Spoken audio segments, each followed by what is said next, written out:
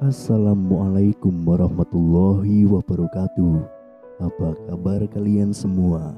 Semoga Allah selalu memberikan kita kesehatan dan rezeki yang berlimpah untuk kita semua.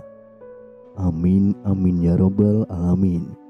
Bantu channel ini dengan cara subscribe, dan semoga kisah ini bisa bermanfaat untuk kita semua. Aku menikahi seorang istri yang 20 tahun lebih muda.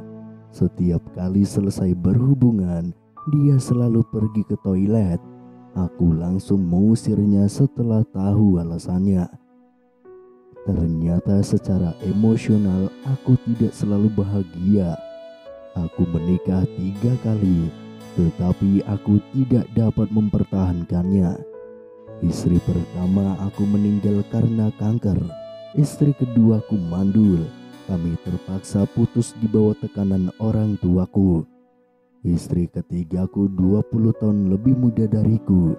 Semua orang iri padaku, tetapi aku terpaksa menceraikannya setelah 2 bulan menikah. Setelah istri pertamaku meninggal dunia karena kemiskinanku, aku bertekad untuk menjadi orang yang kaya. Aku meminjam sejumlah uang dan bermitra dengan orang lain untuk mengontrak proyek.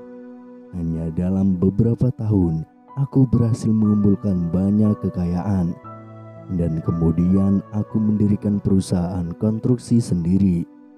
Setelah menceraikan istri keduaku, karena dia tidak bisa memiliki anak, aku merasa berkecil hati. Kini usiaku hampir 50 tahun. Tetapi masih belum memiliki anak. Aku sudah putus asa tentang pernikahan, tetapi aku masih berharap untuk bisa memiliki seorang anak sendiri. Jadi ketika aku menikah dengan istri ketiga, hari ini aku diliputi rasa bimbang.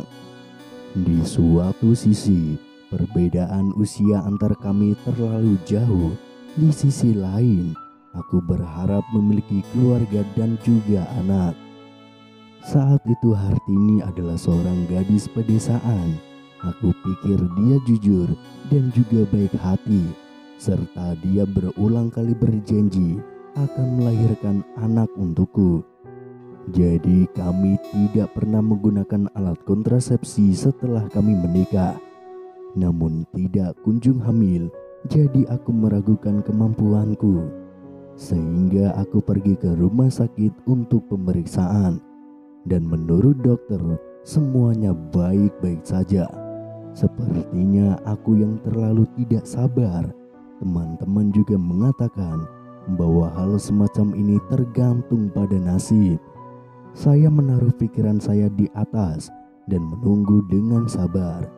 Dia selalu pergi ke kamar mandi setiap kali kami selesai berhubungan, dan dia tidak keluar untuk waktu yang lama.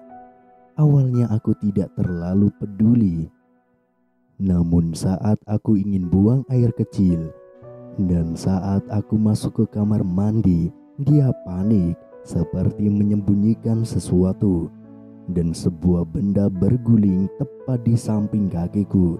Aku mengambilnya, dan kata-kata yang terbaca di atasnya membuat aku seperti disambar petir. Bukankah ini pil kontrasepsi? Hartini buru-buru menjelaskan. Aku tidak ingin mendengarkan apa yang dia katakan.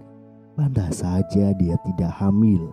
Ternyata selama ini dia telah memakai pil kontrasepsi.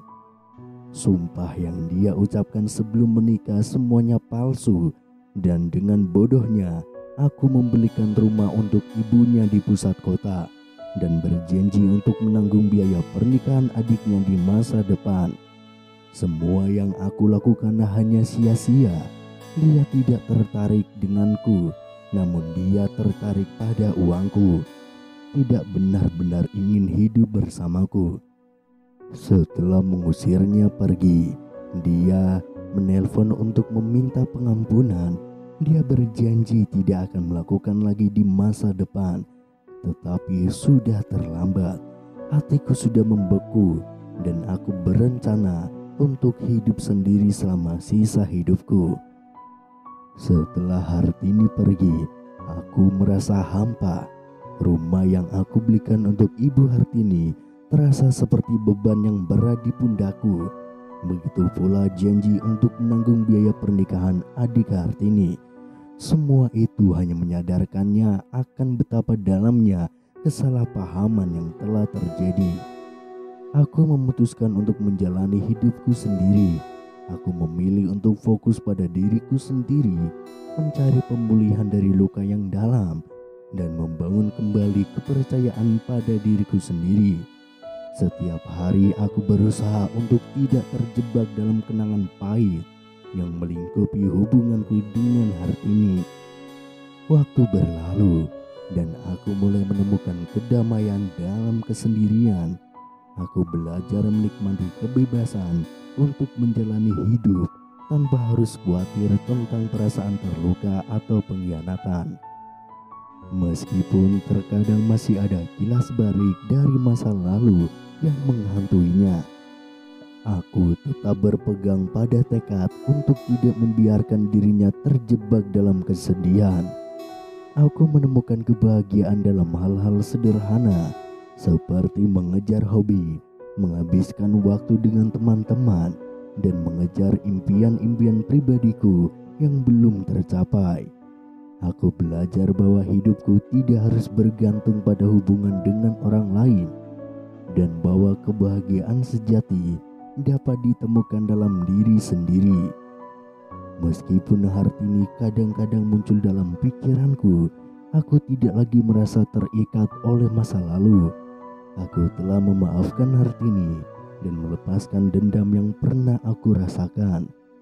Bagiku, masa depan adalah hal yang penuh harapan tanpa bayang-bayang penyesalan yang menghantuinya. Dan meskipun hidupku tidak sempurna, aku merasa lega mengetahui bahwa aku akhirnya menemukan kedamaian dalam hidupku yang baru.